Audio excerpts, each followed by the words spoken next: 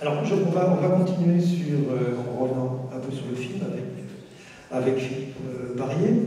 Et dans ce film, je vais peut-être relever un paradoxe, c'est que dans ce film, ce sont les patients qui initient un peu l'instant clinique en décrivant, en faisant une espèce d'observation clinique de la souffrance, de ce qu'on perçoit comme étant la souffrance de Bruno Sachs.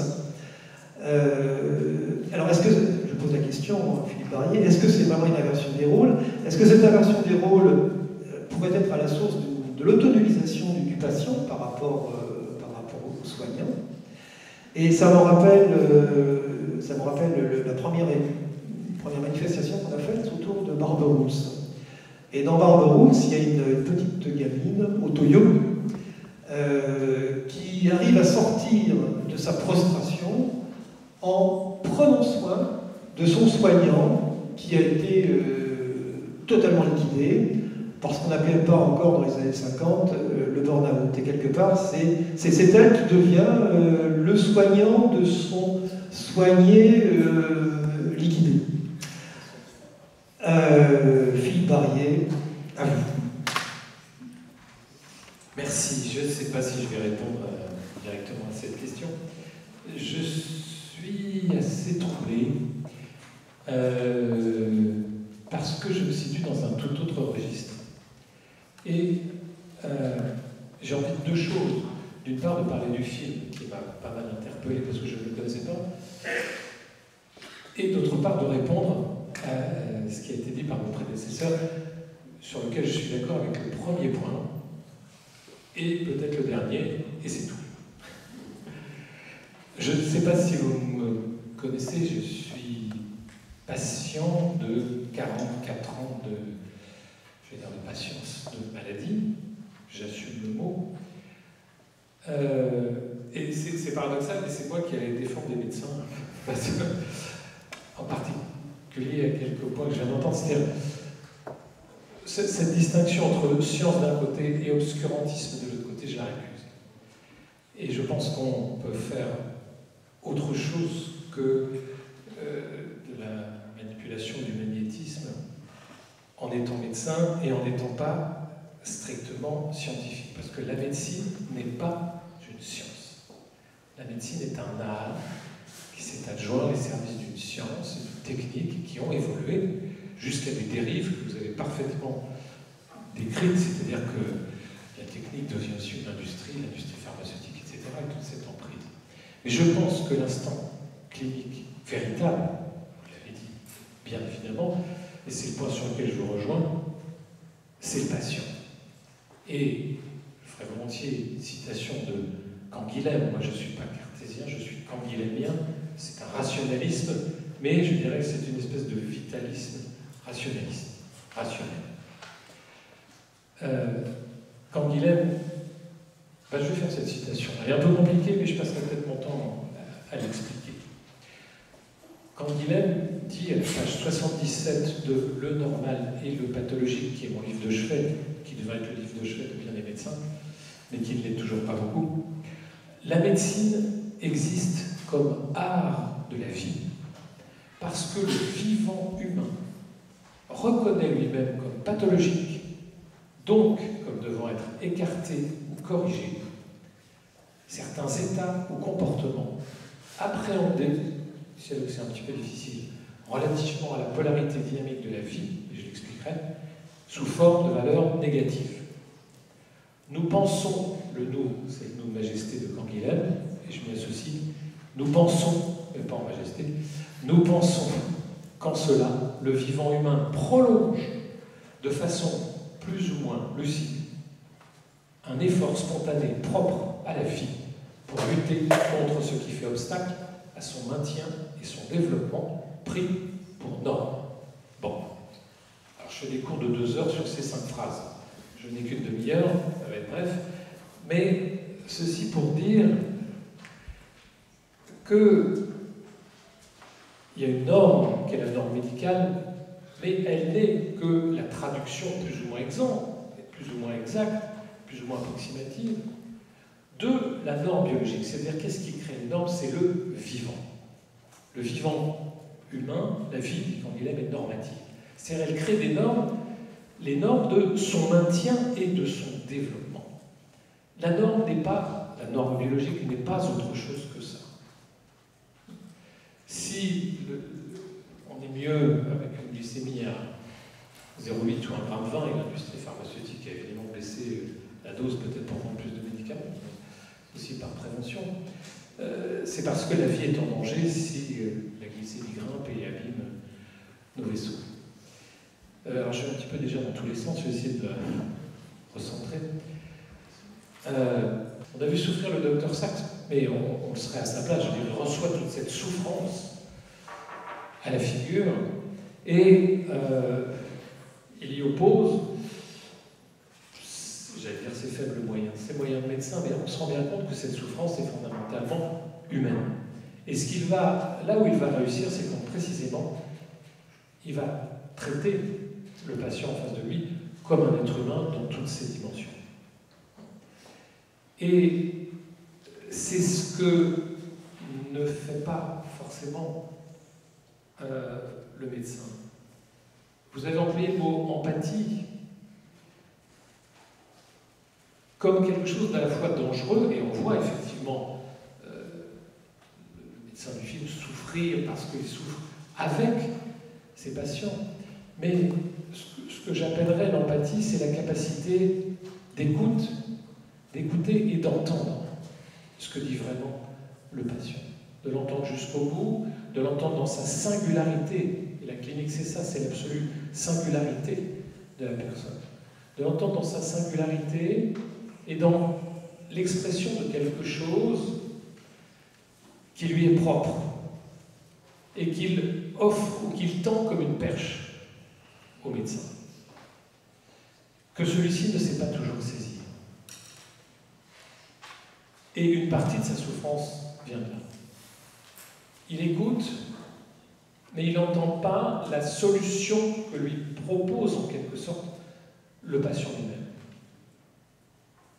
Et c'est là-dessus que je pense qu'il y a un véritable travail de collaboration à faire.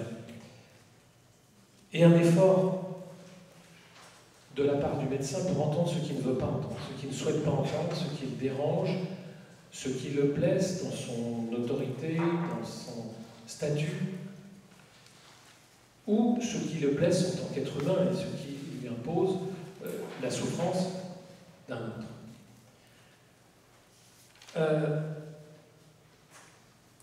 La maladie dont je parle est un petit peu différente de ce qu'on a vu dans le film et de ce dont vous avez parlé. C'est surtout la maladie chronique qui est cette occasion d'une relation complexe, difficile et durable. Ce dont a à s'occuper le médecin dans la maladie chronique, c'est moins de la maladie que de la vie avec la maladie.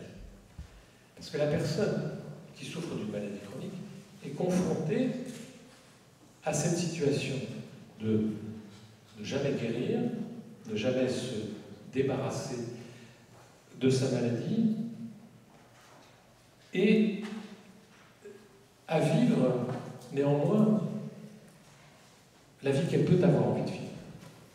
Et toute mon histoire personnelle, puisque je suis diabétique depuis l'âge de 16 ans, et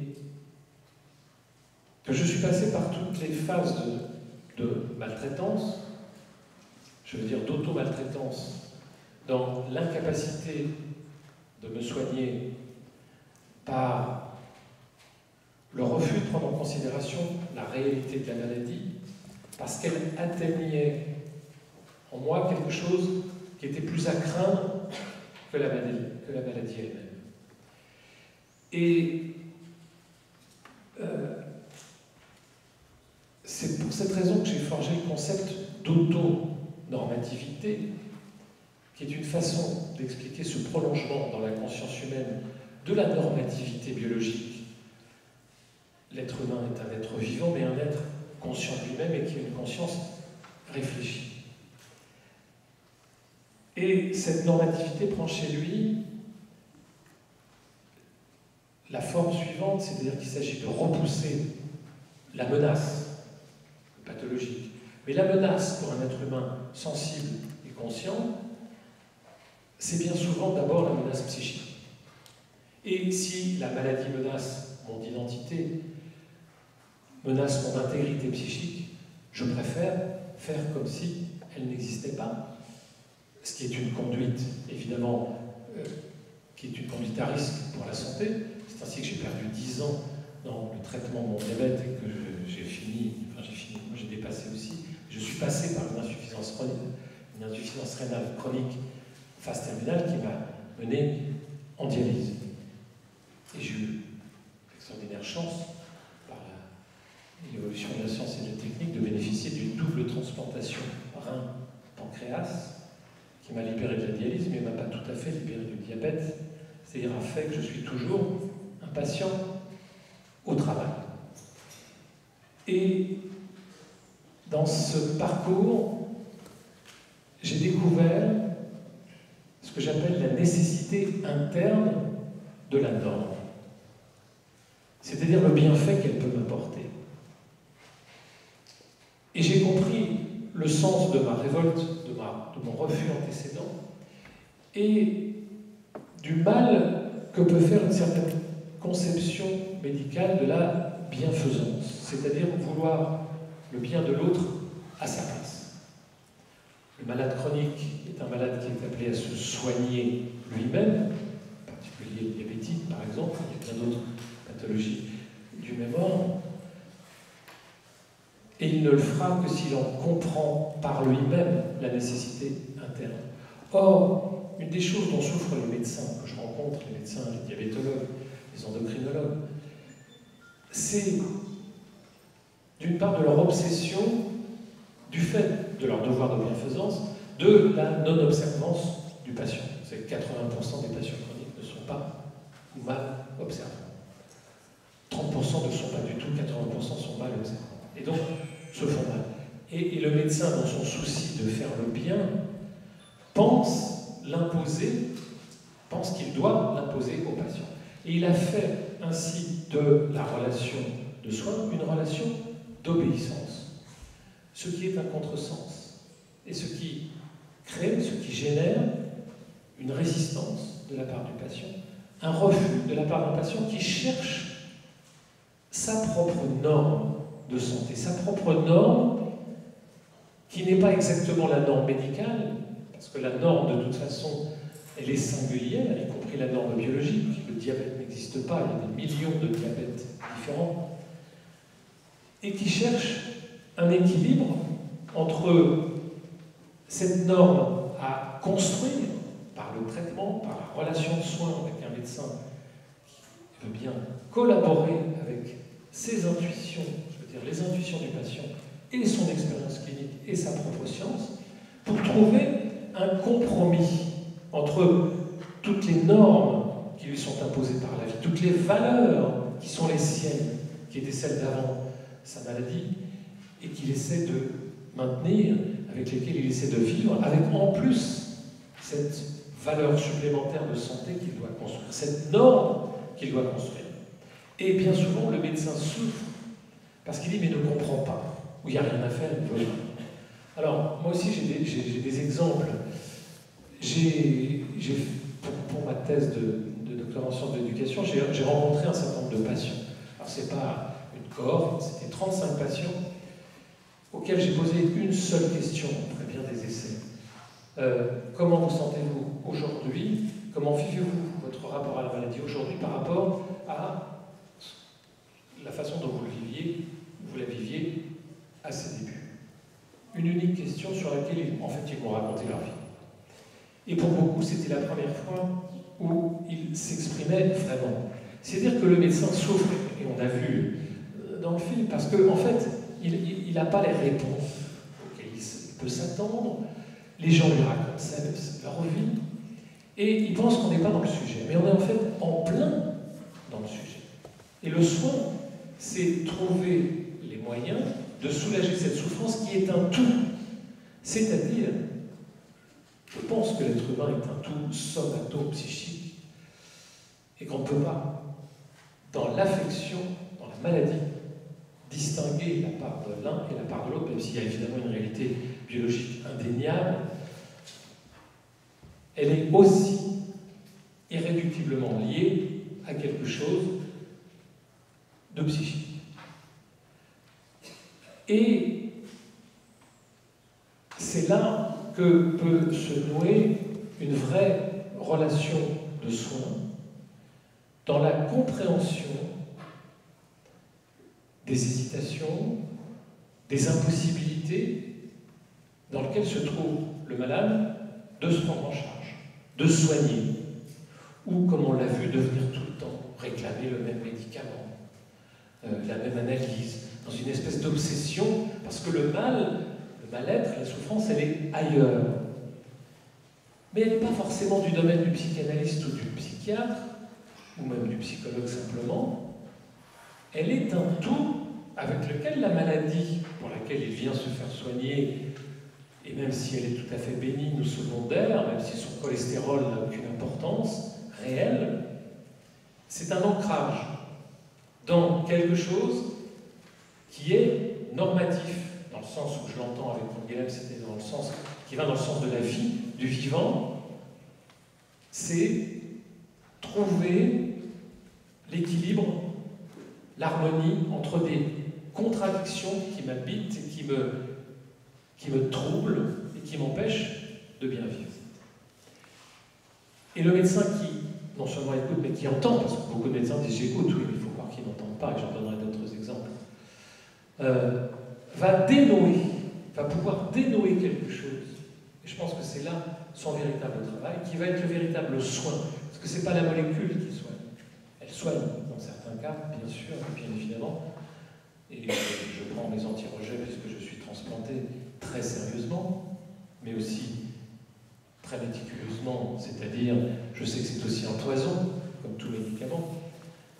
Donc, dans un compromis entre le risque de rejet et le risque de cancer de la peau, puisque c'est largement, fréquemment induit par les médicaments anti-rejet. Ça fait 20 ans que je suis transplanté sans problème de cet ordre, parce que j'ai travaillé avec mes médecins à cet équilibre médical, par exemple, et d'une autre nature. J'en viens à un patient que j'ai interviewé en posant cette question, une dame que le médecin qui la suivait m'a présentée comme violente, m'a presque dit de me méfier, et elle était très violente vis-à-vis d'elle-même et dans son discours. Il me dit elle a une hémoglobine glyquée à 12, ça fait 10 ans qu'elle a un diabète, c'est une catastrophe. Et je n'arrive pas à lui faire comprendre la nécessité d'augmenter ses doses d'insuline. Et cette femme me parle pendant 3 quarts d'heure. Elle passe par beaucoup de choses et elle me dit qu'elle est grosse, or elle était aussi mince que moi. Et elle se voyait. Et donc, elle me dit, moi je ne veux pas me faire de l'insuline parce que l'insuline fait grossir, parce que l'insuline fait bouffer. Et au bout des 3 quarts d'heure, elle m'a dit, de toute façon, quand j'avais 6 ans, mon père me traitait de grosse vache. Eh bien, je pense qu'en 3 quarts d'heure, j'ai obtenu ce que le médecin cherchait depuis 10 ans, c'est-à-dire qu'elle n'aurait jamais pu avoir un rapport sain à son traitement, en l'occurrence l'insuline, tant que cette chose ne lui était pas apparue à la conscience en la disant à quelqu'un. Et je m'étais présenté à la fois comme diabétique et comme chercheur. Pas seulement comme diabétique pour pas être purement complice, mais surtout pas comme médecin, parce que la parole qu'on m'adresse au médecin est filtrée et le médecin ne le comprend pas. Et le médecin travaille avec un interrogatoire. Alors c'est vrai qu'il faut bien poser des questions pour poser un diagnostic, mais l'interrogatoire, dans la tête de quelqu'un qui y répond, c'est l'interrogatoire de police, c'est-à-dire il n'est pas à l'initiative des questions, il a peut-être envie de dire autre chose. Donc, je suis à la fois critique avec un certain comportement, soit paternaliste. Moi, je suis né en tant que malade dans la médecine paternaliste. Maintenant, elle a pris la forme effectivement d'une médecine techniciste. L'evidence-based médecine s'impose comme un dogme. Et c'est la même chose, c'est-à-dire vous vous devez de répondre à ce qui a été défini par l'application du traitement. Alors, c'est dans la recherche d'un compromis qui est profondément humain et qui dépasse tous ces clivages entre scientifiques et non scientifiques. la science est science, mais elle a aussi des limites. Et la médecine peut aller au-delà. Alors je prendrai deuxième exemple d'un autre docteur Sachs, Oliver Sachs, ce grand neuropsychiatre qui vient de mourir il y a peu de temps, il y a 15 jours je crois, et qui a fait une magnifique lettre il y a 3 mois en disant il me reste 3 mois à vivre, mais je suis heureux parce que j'ai mené la vie de médecin que je voulais, et c'est un médecin extraordinaire. Et je vais vous dire pourquoi. Avec un cas, c'est dans ce magnifique livre, L'homme qui prenait sa femme pour un chapeau, et c'est un patient qui vient voir, qui s'appelle Ray, ça se passe aux États-Unis, qui a ce qu'on appelle la maladie de Tourette, c'est-à-dire une maladie où on a des tics nerveux, voire des tocs. C'est quelqu'un qui est extrêmement rapide, extrêmement nerveux, mais qui a aussi l'esprit extrêmement vif, qui est un très grand blagueur et un grand batteur de jazz. C'est-à-dire que de cette hyper-nervosité morbide, il en a fait un atout dans sa pratique de la musique, qui est un des sens de son existence. Mais cette maladie, sa précipitation, etc., fait qu'il se fait virer de tous ses boulots. Et donc, il vient se faire soigner de cette maladie de Tourette pour pouvoir réintégrer la norme sociale qui lui permettrait d'avoir une vie de travail normale. Sachs lui propose l'aldol, qui est le traitement normal, entre guillemets, pour ce genre de symptômes, et lui propose une première semaine. Et Ray revient à la fin de la semaine, le visage tuméfié, parce qu'il se cassait la figure, parce qu'il a perdu cette rapidité, il ne savait plus comment se déplacer. Il aimait bien passer très vite dans les portes tournantes, et là il se les prend toutes dans la figure. Donc, effectivement, le symptôme a disparu, et c'est le but de la médecine, d'une certaine conception de la médecine. Voilà, vous êtes soigné, le symptôme a disparu. Oui, mais ma vie ne me plaît pas. Ainsi. Alors, ils font une espèce de travail ensemble. Et il lui propose d'arrêter le traitement. Un temps. Arrête le traitement, mais les symptômes le gênent, etc. Et un dialogue s'instaure entre eux, et une recherche commune. Et finalement, c'est Ray qui trouve la solution. Alors oui, autre méfait de la norme obtenue par la disparition du symptôme grâce au traitement, il devient un batteur de jazz médiocre, sans intérêt. Et ça, c'est pas supportable pour lui. Et finalement, il décide, avec l'intelligence de son médecin qui comprend et qui le suit, de prendre son traitement jusqu'au vendredi et de s'en passer le week-end. Et il a cette vie non pas schizophrénique, parce qu'il assume les deux normalités. Sa normalité propre, qui est d'être ce type un peu cinglé, qui fait des blagues qui font rire tout le monde parce qu'elles sont extraordinaires, parce qu'il a une rapidité d'esprit formidable, et c'est un batteur génial. Et puis en semaine, il a pu garder son boulot parce qu'il se comporte normalement. Donc la norme, elle est singulière, et elle est à la portée de main du patient et du médecin qui veut bien l'écouter jusqu'au bout. Alors j'ai un exemple horrible dans un film, j'ai travaillé une journée dessus avec les clowns du rire médecin, avec lesquels je fais une formation régulière, enfin que je forme à la philosophie, et on a passé ce film sur l'erreur médicale, qui est un film magnifique et très douloureux, où il y a le cas d'une petite fille, et c'est la mère qui a été à l'initiative 12 ans après de ce film, qui a été fait avec Niels Tavernier. Sa fille souffre d'une leucémie, pour laquelle elle a un traitement, mais qui se révèle insuffisant, et elle va bénéficier d'une transplantation de moelle. Et après la transplantation, on doit lui faire le même médicament pendant 3 jours, donc pendant 2 jours, 2 injections, mais avec une dose infime pour atténuer les effets immédiats du choc de la transplantation. Or, ça ne va pas. Le premier jour, la fille est très mal, souffre, se plaint, la mère relève sa plainte auprès des médecins. Et dans l'interview qu'on voit ensuite, et je ne veux pas attaquer l'équipe qui s'est montrée admirable bien dans d'autres dimensions, disons. Oui, on enregistre sa plainte. Ça a été, alors on dit techniquement, historicisé. Mais on n'en fait rien. Et le lendemain, la seconde injection est pratiquée. Et la petite fille meurt le surlendemain.